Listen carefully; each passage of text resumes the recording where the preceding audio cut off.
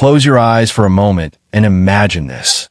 You wake up tomorrow and your bank account shows $1 million. How would you feel? Excited? Relieved? Free? But let me ask you something deeper. How long would that feeling last before fear sets in? Fear of losing it. Fear of making the wrong choice. Fear of it slipping away. You see, money is never just about numbers in an account. It's about psychology. It's about how our minds dance between greed and fear, patience and panic, hope and despair. And the truth is, wealth is not built by intelligence alone. It is built by behavior. By how you react when markets crash, when opportunities rise, and when everyone around you is screaming either buy or sell. The psychology of money teaches us one timeless truth. Being wealthy is not the same as looking wealthy. Think about it. How many people drive luxury cars, wear expensive clothes, live in giant houses, yet deep down they're drowning in debt? They are performing wealth, not living it. Real wealth is invisible. It's the money you don't spend, the savings you keep, the investments you allow to grow silently in the background. It is freedom, not flashy consumption. And yet, the human mind is tricked every single day by society's definition of success. Bigger, louder, shinier. We chase the illusion because it feels good to be admired. But admiration doesn't pay bills, and it doesn't protect you in a storm. Savings do. Patience does. Discipline does. What most people fail to realize is that financial success is 80% behavior and only 20% knowledge. You don't need a PhD in economics to become rich. You need control over your impulses. You need to resist the temptation of instant gratification. You need to survive the downturns long enough to enjoy the upturns. And survival, that word, survival, is the secret to wealth. Not hitting the jackpot, not striking gold overnight, but staying in the game when others quit. That is how fortunes are built. Slowly, quietly, over time. But here's the catch. Human beings are wired for emotion, not logic. When markets rise, greed whispers in our ear, buy more, you're missing out. When markets crash, fear screams, sell everything before it's too late. And most people listen. That's why, despite decades of opportunity, most investors underperform their own investments. They sabotage themselves. The greatest threat to your wealth is not inflation, not taxes, not even recessions. It is you. It is your inability to manage your emotions under pressure. And this is where wisdom comes in. Think about Warren Buffett, one of the richest men alive. People call him a genius, but if you look closely, his real genius is patience. He started investing as a teenager, and he is still investing today, decades later. Over 90% of his wealth was earned after his 50th birthday. Let that sink in. Not because he found some magic formula, but because he allowed time to do the heavy lifting. Compounding is the eighth wonder of the world, but it only rewards those who wait. Impatience kills wealth. Discipline creates it. Now, here's something you must understand. Wealth is not a finish line. It is a mindset. Some of the happiest people on earth are not billionaires. They are individuals who understand enough is enough. But our society conditions us to always want more. More money, more status, more validation. We compare ourselves endlessly. Our neighbor buys a new car, and suddenly our old car feels small. A colleague moves into a bigger house, and suddenly our home feels cramped. Comparison is a thief. It robs you of peace. The psychology of money teaches us that true wealth is not measured by possessions, but by independence. By waking up and realizing you don't need permission from anyone to live your day the way you want. That is wealth. That is freedom. But here's the challenge. You and I are human. And being human means we're vulnerable to stories. Stories of easy riches, stories of overnight success, stories of crypto millionaires and lottery winners. But what you don't see are the stories of collapse, the quiet bankruptcies, the broken families, the silent tears behind the flashy Instagram posts. Money without wisdom is a ticking time bomb. And wisdom begins with humility. The humility to accept that you don't know the future, that you cannot control markets, but you can control yourself. And that control is the difference between a wealthy life and a wasted one. So, if there is one lesson to take with you today, it is this: stop chasing the image of wealth. Start building the foundation of wealth. Build savings not for the things you know will happen, but for the things you don't. Build patience not for the easy times, but for the storms. Build discipline not for the applause of others, but for the quiet freedom of your own soul. Because in the end, money is not just currency, it is a mirror. It reflects who you are, what you value, and what you fear. And if you want to win the game of money, you must first win the battle within yourself. That is where wealth begins. Not in your bank account, in your mind, in your behavior, in your heart. Let me ask you a question. Why do some people with average income retire comfortably, while others who earn millions lose it all? The answer isn't in the math. It's in the mindset. Because the truth is, wealth has less to do with how much you make and more to do with how much you keep. And keeping it requires behavior that most people find painfully boring: saving consistently, avoiding debt, and respecting risk. But boring works. Boring compounds. Boring makes you rich while others chase the next big thing and burn out. Think about this. Every dollar you save is not just money. It is a seed. That seed, if planted and protected, grows into a tree. That tree, over time, bears fruit that feeds you when you can no longer work. But here's the tragedy. Most people eat the seed instead of planting it. They spend everything living for the thrill of today, blind to the hunger of tomorrow. They trade long-term freedom for short-term pleasure, and then wonder why life feels heavy, why financial stress never leaves them. The greatest wealth is peace of mind, and peace of mind is built on preparation. Savings are not just about numbers. They are about security, confidence, and dignity. But our brains are not designed for long-term thinking. Thousands of years of evolution trained us to focus on immediate survival. Food today, shelter today, safety today. That's why instant gratification feels so natural. It's wired into us. The problem is, in the modern world, survival is not about hunting deer or escaping predators. Survival is about planning for decades. And yet, our minds fight against it. We want pleasure now. We want luxury now. We want validation now. The discipline to delay gratification is the single most powerful skill that separates the wealthy from the struggling. It is not luck. It is not lottery. It is patience. Look at the story of Ronald Red, a janitor in Vermont. He never had a high-paying job. He worked as a gas station attendant and later as a janitor. No one ever suspected he had money. But when he died, the world was shocked. He left behind over $8 million. How? He saved consistently. He invested modestly. He lived simply. He understood that wealth is not about what people see, but about what quietly grows in the background. His story teaches us a lesson most people ignore. You don't need extraordinary income to build extraordinary wealth. You need extraordinary discipline. You need behavior that is rare in a world addicted to consumption. And then, on the other side, look at professional athletes who make hundreds of millions of dollars in their careers, yet retire broke. Why? Because they never learned the psychology of money. They thought wealth was about spending. They thought it was about proving success, showing success, living success in the eyes of others. But true success doesn't need to be proven. It needs to be protected. Wealth is what you don't see.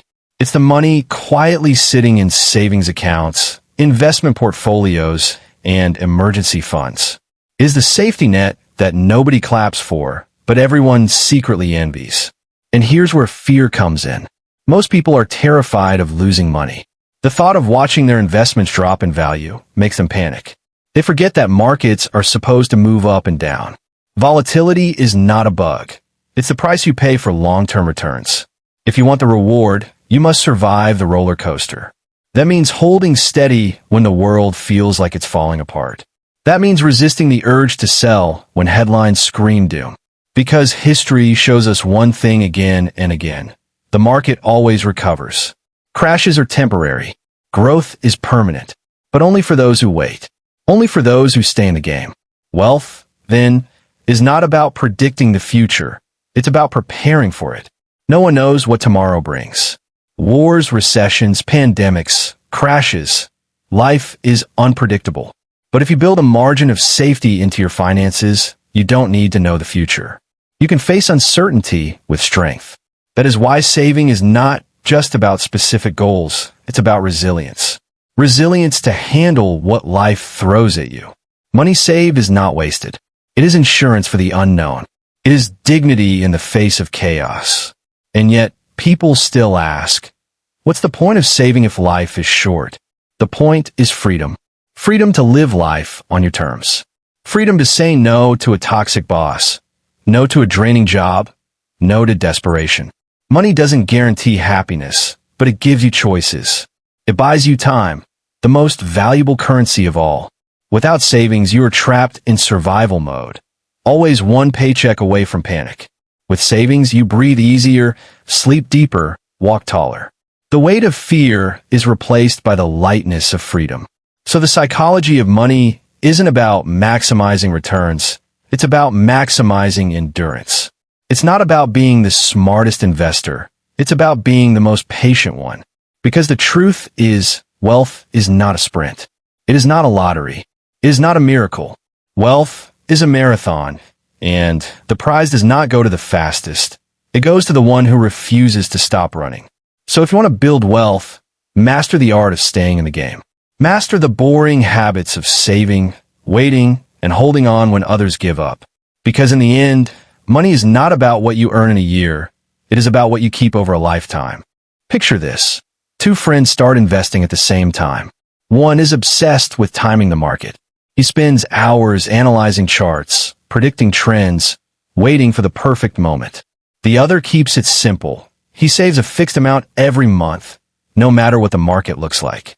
Fast forward 20 years. Who do you think ends up wealthier? More often than not, it's the one who stayed consistent. Because wealth is not about being right all the time. It's about showing up all the time. Consistency beats brilliance when brilliance can't stay patient. The psychology of money reveals a painful truth. Human beings are terrible forecasters. We think we know what will happen next, but the world constantly surprises us. No economist, no expert, no investor can predict the future with certainty. And yet, people gamble as if they can. They make big bets, chasing fast profits, convinced they're smarter than the crowd. But arrogance is the silent killer of wealth. The moment you believe you can outsmart uncertainty, you expose yourself to destruction. Survival is not about brilliance. It is about humility. It is about acknowledging you don't know what comes next, but preparing anyway. Think about it. In the last century, we've seen world wars, depressions, recessions, pandemics, technological revolutions. Each time, experts had predictions. Each time, they were humbled. No one foresaw the exact path, but those who stayed patient, who invested with humility and long-term vision, came out stronger. Because the game of money does not reward those who predict, it rewards those who persist. The key is not forecasting. The key is endurance. And yet, people are addicted to noise. The news cycle screams panic, analysts shout certainty, social media glamorizes instant riches. But the market doesn't move on noise, it moves on time. And time is the one advantage every ordinary person has. You don't need to be a genius. You just need to survive long enough for compounding to work its magic. Compounding doesn't care about daily headlines. It doesn't care about market predictions. It cares about patience, discipline, and years, decades even, of letting your money quietly grow. Take the example of Grace Groner. She was a secretary, earning modest income all her life. She never lived lavishly. She bought a few shares of stock, held on to them for decades, and reinvested her dividends. By the time she passed away, her estate was worth over $7 million. People were shocked. How could someone so ordinary leave behind such extraordinary wealth? The answer was simple: time, patience, and discipline. She didn't need brilliance. She needed endurance. And endurance created wealth beyond her imagination. But here's the irony. Endurance is boring. And boredom is unbearable for most people. We crave excitement, drama, thrill. That's why casinos are full, lottery tickets sell out, and get-rich-quick schemes always find buyers. Because deep down, people don't want slow compounding, they want fireworks. But fireworks burn out. Compounding never does. The challenge, then, is not intellectual, it is emotional. Can you resist the temptation of thrill in exchange for the quiet reward of freedom? That is the real test of financial intelligence. Now, let's talk about luck. Because whether we admit it or not, luck plays a bigger role in wealth than most of us like to believe. Being born in the right country, at the right time, to the right family. These factors influence outcomes far more than intelligence alone. Bill Gates once admitted that if he had been born in a village without access to computers, his genius might never have been discovered. That doesn't diminish his brilliance, but it reminds us that opportunity is not evenly distributed. And this truth should make us humble. When we succeed, we should acknowledge the role of luck. When others fail, we should recognize the weight of circumstance.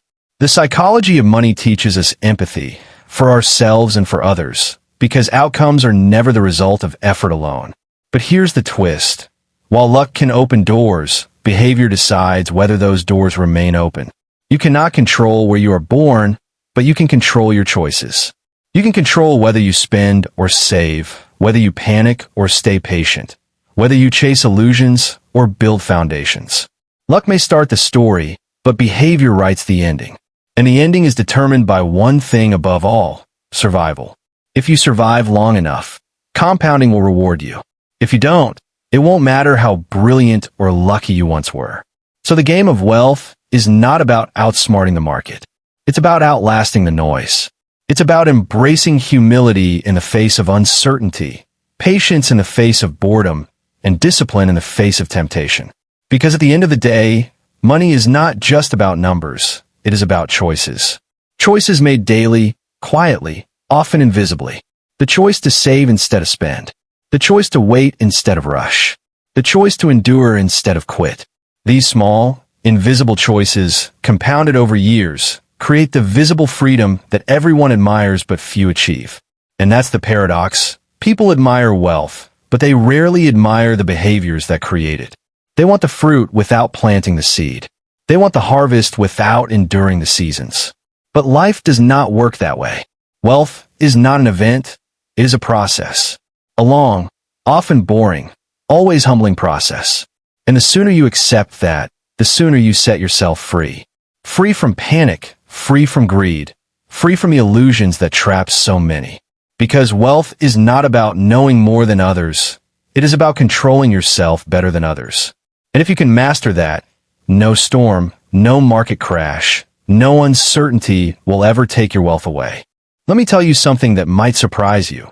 Happiness and wealth are not the same thing. If they were, every millionaire would be joyful, every billionaire would be free of worry, and every rich person would be fulfilled. But look closely at the world, and you'll see the opposite. Some of the wealthiest people carry the heaviest burdens, while others with modest means live with lightness in their hearts. Why? Because money is a tool, not a destination. And like any tool, it can build or it can destroy depending on how you use it. We often chase wealth as if it will cure every insecurity. We tell ourselves, if only I had more money, I would be happy. If only I earned more, I would be free. But then, when the money comes, the happiness fades faster than we imagined. Why? Because our minds adjust. What once felt extraordinary soon feels ordinary. The new car becomes just a car. The bigger house becomes just another roof.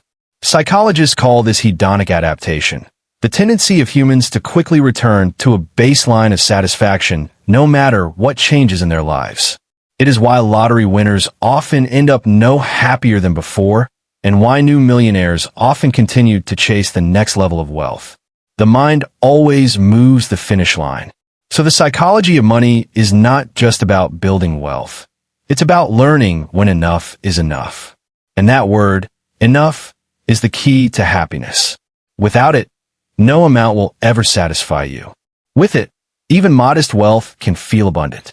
But our society conditions us to never be satisfied. We compare endlessly. A friend upgrades their lifestyle, and suddenly ours feels inadequate. A neighbor buys something new, and suddenly our possessions feel old. Social media amplifies this by showing us highlight reels of wealth and luxury, making us believe we are behind. But comparison is a prison, and wealth without peace of mind is poverty in disguise. The truth is, happiness with money is not about the number, it's about alignment. Alignment between what you value and how you use your resources. If you value freedom, then true wealth is the ability to control your time. If you value family, then true wealth is the ability to be present with them without financial stress. If you value adventure, then true wealth is the ability to explore without debt chaining you down. Money only brings happiness when it serves your values, not when it tries to replace them. Let me give you an example. Imagine two people both earning $1 million a year. One spends it all on maintaining an image, expensive cars, designer clothes, constant parties. The other lives below his means, saves aggressively, and builds financial independence. Who is wealthier? Not the one with the image, but the one with the freedom. Because real wealth is invisible. It is the stress you don't carry. It is the options you have when life changes. It is the nights you sleep peacefully, not worrying about the next bill. Happiness with money is not about what the world sees. It's about what you feel when the world isn't watching. But here's the challenge. Fear and greed constantly fight for control of our minds. Fear tells us we don't have enough, even when we do. Greed tells us we need more, even when we're fine. Together, they create a cycle of dissatisfaction. We chase more, achieve it, and then feel empty again. It's a trap that never ends, unless you choose to step out of it. Unless you pause and ask, what does enough look like for me? Not for my neighbor, not for my colleague, not for Instagram, but for me. Because without that definition, you'll always be running a race with no finish line. Studies have shown something fascinating. Once basic needs and a little comfort are met, extra wealth adds very little to happiness. Beyond a certain point, happiness comes not from earning more, but from using what you have wisely. Experiences tend to bring more joy than possessions. Helping others brings more fulfillment than hoarding. Time freedom brings more peace than endless work. But society rarely teaches this. Instead, it whispers, more is better. More is success. More is happiness. And so, millions chase a mirage in the desert, running endlessly, never realizing that happiness is not in the mirage, but in the water bottle they already hold. The psychology of money teaches us to redefine success. Success is not the admiration of others. Success is not the size of your house or the brand of your clothes. Success is waking up with peace, spending your day with purpose, and going to bed with gratitude. That is wealth. That is happiness. And that is achievable for anyone, no matter their income, if they learn to master their desires. Because money is powerful, yes, but it is also neutral. It amplifies who you are. If you are greedy, money will make you greedier. If you are generous, money will make you more generous. If you are restless, money will make you more restless. The tool is neutral. The user decides the outcome. So ask yourself, what do I want my money to amplify? Do I want it to amplify stress, greed, and comparison? Or do I want it to amplify peace, freedom, and purpose? That choice is yours. And that choice will determine whether wealth brings happiness or misery. Because in the end, wealth is not about numbers. It is about alignment. And when your money serves your values, when it buys you freedom instead of chains, when it amplifies gratitude instead of comparison, you will realize something profound. You already have enough. And that realization, more than any dollar amount, is what makes you truly wealthy. Let me start with a truth that most people never want to admit. Wealth is useless if it costs you your peace of mind. What good is a bank account full of money if you can't sleep at night? What good is a mansion if the people inside it don't speak to each other with love? What good is a life of abundance if it's chained to stress, anxiety, and endless chasing? Too many people build financial empires but live in emotional poverty. They think they're rich because the numbers are high, but in reality, they're broke in the things that matter most. And this is where the psychology of money becomes not just about numbers, but about the invisible currency of life, time, health, relationships, and freedom. Money has one ultimate purpose. It should buy you control over your life. Think about it. What is the greatest luxury in the world? It's not gold, it's not cars, it's not fame. The greatest luxury is waking up and deciding, I can spend my day doing what matters to me. That's freedom. That's power. And if your money doesn't lead you there, then you're not truly wealthy. You're just trapped in golden chains. Some of the richest people in the world still feel like prisoners because they have no control over their time.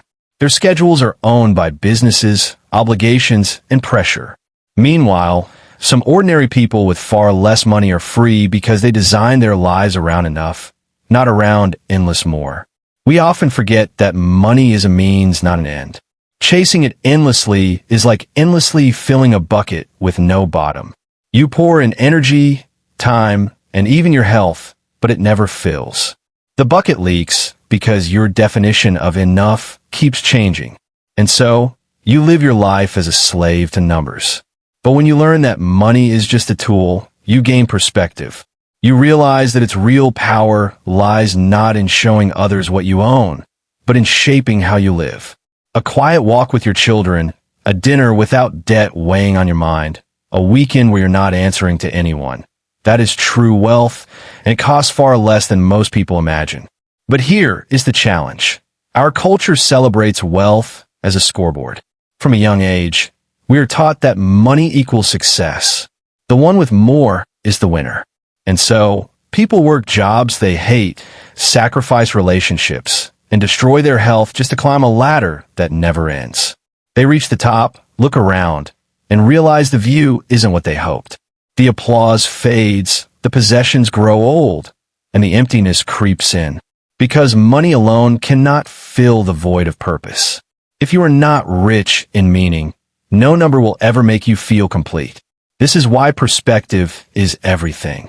A wealthy person is not the one who has more, but the one who needs less. Imagine someone who earns $60,000 a year, but lives happily within $40,000, saving and investing the rest. Now imagine another person earning $600,000 a year, but spending $700,000 just to keep up appearances. Who is richer? The first person, because they own their life instead of renting it from debt and stress. Wealth is not about income, it's about margin. It's about the gap between what you earn and what you need. And happiness grows in that gap, because that's where freedom lives. But here's where most people get trapped. They measure their worth by comparison. They see someone else driving a better car, living in a bigger house, or vacationing in an exotic place. And suddenly their own life feels small. But comparison is a thief that robs even the richest people of joy. Someone will always have more. Even billionaires look at other billionaires with envy. The only way to escape is to redefine the game. Stop asking, do I have more than them? And start asking, do I have enough for me? That simple shift transforms money from a source of pressure into a source of peace. Another overlooked truth is that wealth is fragile without health. What use is money if you don't have the energy to enjoy it? Many people spend their youth trading health for wealth, and then spend their wealth trying to buy back health in old age. But time doesn't refund itself. The psychology of money reminds us that true wealth is harmony, where your financial life, your physical well-being, and your relationships all support each other. Ignore one, and the others will collapse. Protect your health as fiercely as you protect your bank account, because both are currencies that determine how rich your future will feel. And let's not forget the role of generosity. There's something almost paradoxical about money. The more you cling to it, the less joy it brings. But the moment you use it to help someone else, it multiplies in meaning. The meal you provide to someone in need, the opportunity you create for a child, the comfort you bring to a struggling friend. Those are returns that no stock market can measure. Generosity transforms money from paper into purpose. And in that purpose, you find a deeper happiness than any possession can offer. It's why some of the happiest people in the world are not the ones who have the most, but the ones who give the most. So let me leave you with this thought. Money will test you. It will test your patience, your values, and your self-control. It will whisper lies that more is always better, that status equals success, that image is everything. But if you master your relationship with it, if you learn to see it as a servant and not a master, then you win the game. Because true wealth is not measured by how much you earn, but by how little you need to feel abundant. It is measured by the freedom you have, the peace you hold, and the joy you share. That is wealth worth chasing. That is happiness worth keeping. And that is the ultimate lesson in the psychology of money. Let me ask you a question that might shake you. What if the way you think about money is the very reason you feel stuck? Most people don't realize it, but their financial lives are not controlled by numbers. They're controlled by beliefs. Deep down, what you believe about money shapes every decision you make. How you spend, how you save, how you invest, and even how you feel about yourself.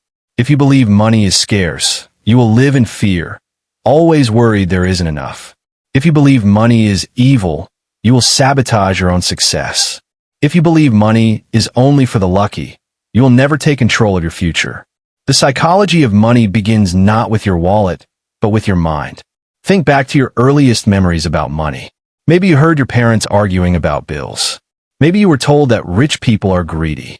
Maybe you grew up believing that happiness is in things, or maybe you were taught that wanting more makes you selfish. All of these childhood lessons quietly program us like invisible codes running in the background. And unless we rewrite them, they define our future. This is why two people can earn the same salary, yet one thrives and builds a secure future while the other drowns in debt. It's not the paycheck that makes the difference, it's the mindset. We often underestimate how much emotion drives money. Fear makes us hoard. Greed makes us gamble. Ego makes us overspend to impress. And insecurity makes us chase status symbols just to feel worthy. Numbers are logical, but humans are not. That's why winning with money is not about being the smartest in the room. It's about being the most disciplined. It's about mastering yourself. Warren Buffett once said that the difference between successful investors and unsuccessful ones is not intelligence. It's temperament. It's the ability to control your emotions when everyone else is losing theirs. And the same principle applies to life. The richest people are not the ones who make the most, but the ones who master their own behavior. Let's take fear as an example. Fear keeps people trapped in jobs they hate because they're afraid of losing security. Fear keeps people from investing because they're afraid of risk. Fear makes people save endlessly but never spend, missing out on the joys of life. And yet, fear is rarely about reality. It's about imagination. We imagine the worst, and it paralyzes us. But money rewards courage. It rewards those who take calculated risks, who step into the unknown, who trust that growth is possible. The psychology of money teaches us not to eliminate fear, but to manage it, to recognize when it's protecting us and when it's holding us back. Now look at greed. Greed is the silent destroyer. It whispers, just one more deal, just one more purchase, just one more level. And before you know it, you're running endlessly, chasing more without ever stopping to enjoy what you already have. Greed is what causes market bubbles, financial crashes, and personal bankruptcy. But the antidote to greed is gratitude. When you practice gratitude daily, when you notice the blessings you already have, greed loses its grip. Gratitude rewires your brain to see abundance instead of scarcity. And abundance thinking leads to smarter, calmer financial choices. Another powerful force is ego. How many times have you seen people buy things not because they needed them, but because they wanted to be seen with them? A car they can't afford, clothes they don't even like, houses too big to maintain, all bought to prove something to the world. But here's the truth. The world is not watching as closely as you think. People are too busy with their own lives to care about yours. And even if they notice, their opinion won't pay your bills. Ego spending is the fastest way to look rich while staying poor. Humility, on the other hand, builds quiet wealth. The humble investor, the humble saver, the humble planner. These are the ones who wake up one day with true freedom while others are still trying to keep up appearances. But perhaps the biggest mental block of all is self-worth. Too many people tie their value as a human being to their net worth. If they're doing well financially, they feel confident. If they're struggling, they feel like failures. But money is not your identity. It is not a reflection of your worth. It is simply a tool you use. The most extraordinary people in history, artists, thinkers, leaders, were often not the richest. Their legacy was not in their bank accounts, but in the impact they left. When you separate your self-worth from your net worth, you give yourself permission to grow, to try, to fail, and to learn without shame. And ironically, this mindset often leads to greater success because you no longer fear temporary setbacks. So how do you reprogram your money mindset? First, awareness. Notice the stories you tell yourself about money. Do you say things like, "I'll never be good with money," or "rich people are selfish"? Challenge those beliefs. Second, education. The more you learn about money, the less fear and mystery it holds. Knowledge turns anxiety into confidence. Third, environment. Surround yourself with people who use money wisely, who value freedom over image, who inspire growth instead of feeding comparison. Your environment shapes you more than you realize. And finally, practice. Build small habits, saving consistently, investing wisely, living below your means. These daily actions rewrite your relationship with money one choice at a time. Remember this. Your financial life is not determined by the size of your paycheck, but by the size of your perspective. A poor mindset can waste a fortune, while a rich mindset can turn modest means into abundance.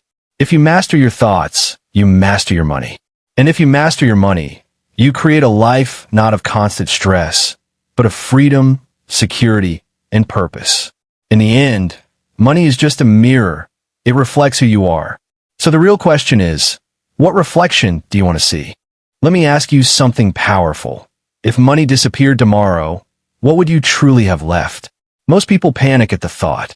But think deeper. You would still have your character, your knowledge, your skills, your relationships, your health, and your time. And those are the real foundations of wealth. The truth is, money is not security. Money can vanish. Markets crash, jobs disappear, inflation erodes savings. But what can't be taken from you is the kind of wealth that lives inside you and around you. The wealth of resilience, of wisdom, of community, of love. That is the wealth that endures storms. And until you learn to value that, money will always control you instead of serving you. We've been conditioned to think that security lies in numbers. A bigger bank account means more safety, right? But history shows us otherwise. Fortunes are lost overnight. Economies collapse. Entire industries vanish. Yet the people who rise again are not always the ones with the biggest safety nets. They're the ones with adaptability. The ones who know how to reinvent, how to pivot, how to create value in any situation. Because wealth is not the money in your hands, it's the ability in your mind. When you build yourself, you build security that no external force can take away. But here's the irony. Most people spend their whole lives building wealth outside of them and neglecting the wealth within. They chase promotions but neglect learning. They chase possessions but neglect relationships. They chase speed but neglect health. And then, when life tests them, they realize their foundation was weak. The psychology of money teaches us that real wealth is multidimensional. It's not just financial. It's emotional, intellectual, spiritual, and relational. Money is just one part of the equation. And the happiest people are the ones who balance all dimensions, not the ones who obsess over one. Think about time. Time is the most valuable currency you will ever own because it is the one you can never earn back. Yet people trade it away cheaply. They sacrifice decades at jobs they hate, telling themselves they're building security, only to reach retirement and realize they lost the very years they needed most. Money can buy comfort, but it cannot buy time. And when you realize that, you begin to make different choices. You stop saying yes to every paycheck and start asking, does this use of my time align with the life I want to live? The wealthiest people are not the ones with endless money, but the ones who spend their time the way they choose. Now, consider relationships. Studies have shown again and again that the single greatest predictor of long-term happiness is not wealth, not fame, not achievement. It's the quality of your relationships. People who nurture strong connections live longer, healthier, happier lives. And yet, in the pursuit of money, many people sacrifice the very thing that brings lasting joy. They trade family dinners for late-night meetings. They miss their children's milestones for extra hours at work. They neglect friendships because they're too busy building. But at the end of life, no one ever says, "I wish I had spent more time at the office." They say, "I wish I had spent more time with the people I loved." If money is costing you your relationships, it's too expensive. Then there's health. Wealth without health is tragedy. What good is financial success if your body is broken and your mind is exhausted? Yet countless people sacrifice sleep, neglect exercise, and overload themselves with stress in the name of earning more. They forget that their body is the engine that allows them to enjoy any kind of success. You can buy medicine, but you cannot buy wellness. You can pay for doctors, but you cannot pay for vitality. Protecting your health is one of the greatest financial decisions you can make, because a healthy body saves you from expenses and a healthy mind empowers you to make wiser choices. And finally, knowledge. Knowledge compounds just like money. The more you learn, the more valuable you become. The more skills you build, the more opportunities open. Unlike money, knowledge cannot be taken from you. It travels with you into every season of life. That is why the most resilient people are the lifelong learners. They invest in books, courses, mentors, experiences. They understand that every dollar spent on learning multiplies in the future. The psychology of money isn't just about investing in markets. It's about investing in yourself because you're the asset that produces every other form of wealth. So here's the shift. Instead of asking, "How much money do I have?" ask, "How strong is my foundation? Do I have time freedom? Do I have health? Do I have loving relationships? Do I have skills that make me adaptable? Do I have peace of mind?" Because if you build these forms of wealth, money will follow naturally. But if you chase money while ignoring them, you may achieve numbers yet still feel empty. True abundance comes from wholeness, not from figures in a bank. Let me leave you with this image. Picture a tree. The leaves are money, visible, obvious, admired. But the roots, hidden beneath the soil, are health, time, relationships, knowledge, and purpose. Without strong roots, the leaves wither. Without invisible wealth, visible wealth cannot survive. But when the roots are strong, the tree can endure storms, droughts, and seasons of change. Your life is that tree. Don't just water the leaves. Nourish the roots. Because when you do, you will discover a kind of wealth that no market crash, no job loss, no crisis can ever take away. That is the wealth that lasts. That is the wealth that makes you truly free. Let me ask you one final question. What does it mean to live a rich life? Not a wealthy life, not a successful life in the world's eyes, but a truly rich life. Most people spend their whole lives chasing an answer to that question without realizing they already hold it within themselves. They chase numbers, they chase recognition, they chase possessions, and yet, when the noise fades, they still feel an emptiness. Because the truth is, richness has never been about what you own. It has always been about how you live. And that is the ultimate lesson in the psychology of money. Money is powerful, yes. It can buy comfort, it can buy opportunity, it can even buy time if you use it wisely. But money is not the end of the story. It is only a tool, and tools only matter when you decide how to use them. A hammer can build a home or break it. A fire can warm you or burn you. Money can free you or enslave you. And the choice lies not in the numbers, but in your mind. The richest life is not the one with the largest bank account, but the one where money serves purpose instead of pride, where it builds instead of destroys, where it amplifies what matters instead of distracting you from it. Too many people die with regrets because they misunderstood wealth. They believed the lie that success is measured in possessions. They thought happiness could be purchased, that peace could be bought, that freedom could be rented. But happiness is not for sale. Peace is not for sale. Freedom is not for sale. They are earned not by how much you acquire, but by how you align your life with your values. If your values are love, but you sacrifice family for money, you will always feel poor. If your values are freedom, but you sell all your time for a paycheck, you will always feel trapped. If your values are health, but you destroy your body chasing wealth, you will always feel broken. True richness comes when your money serves your values instead of betraying them. So what does a rich life look like?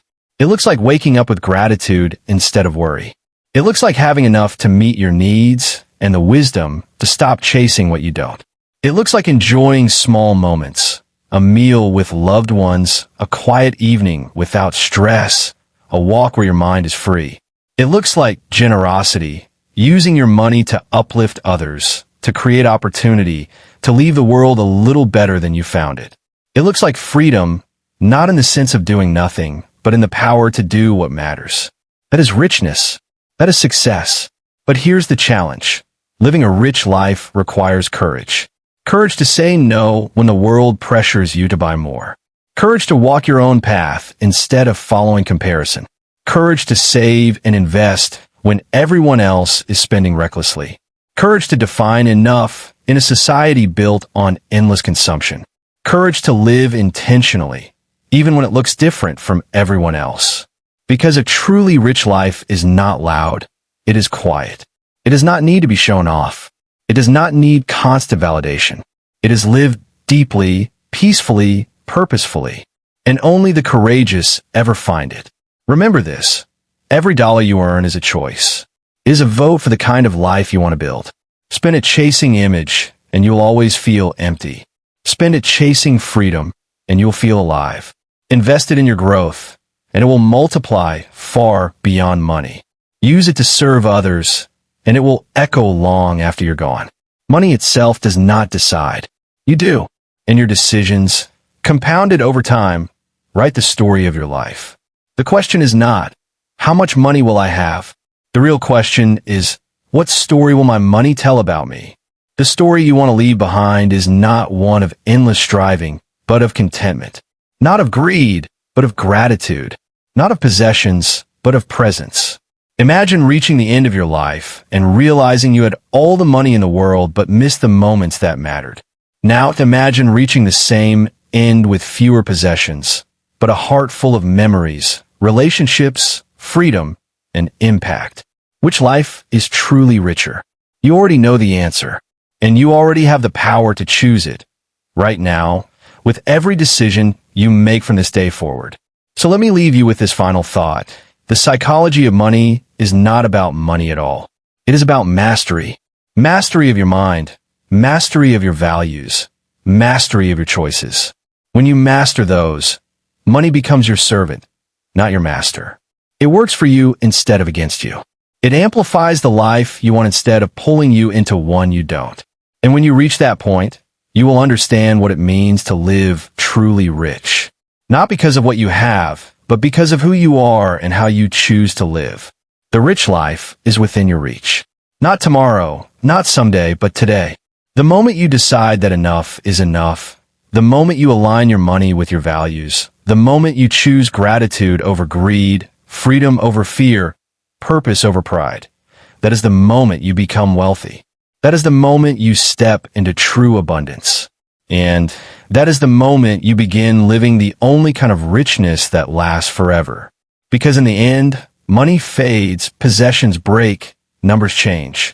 But a life lived with purpose, gratitude, love, and freedom. That is the wealth no one can ever take away from you. And that is the wealth worth chasing, keeping, and celebrating for the rest of your life.